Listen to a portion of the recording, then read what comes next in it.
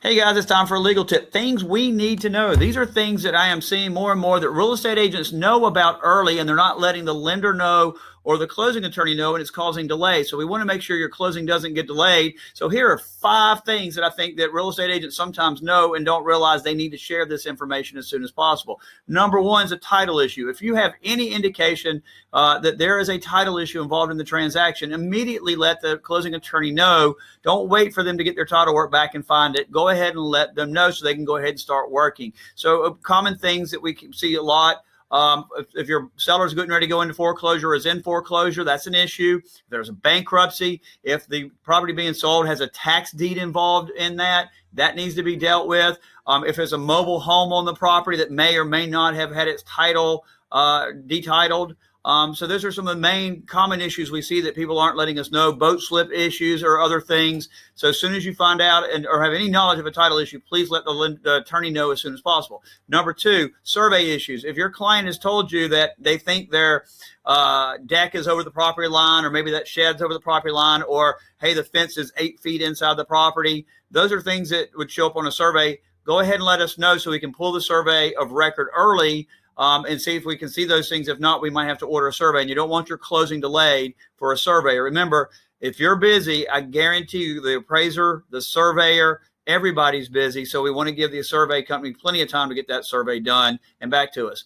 Number 3, death and marriage. If somebody has died, and I don't know why people don't feel like they need to let us know this, but if somebody has that was on title has died, we need to know that immediately so we can take precautions on that, because if it's a joint tenants right of survivorship deed where it automatically goes to the surviving person, we still have to get death certificates and verify certain information.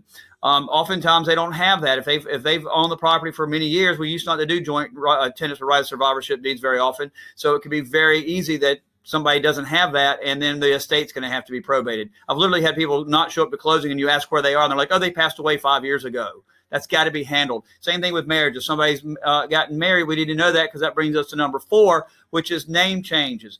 If your seller's name has changed since they've owned the property, we need to know that because we have to get additional information.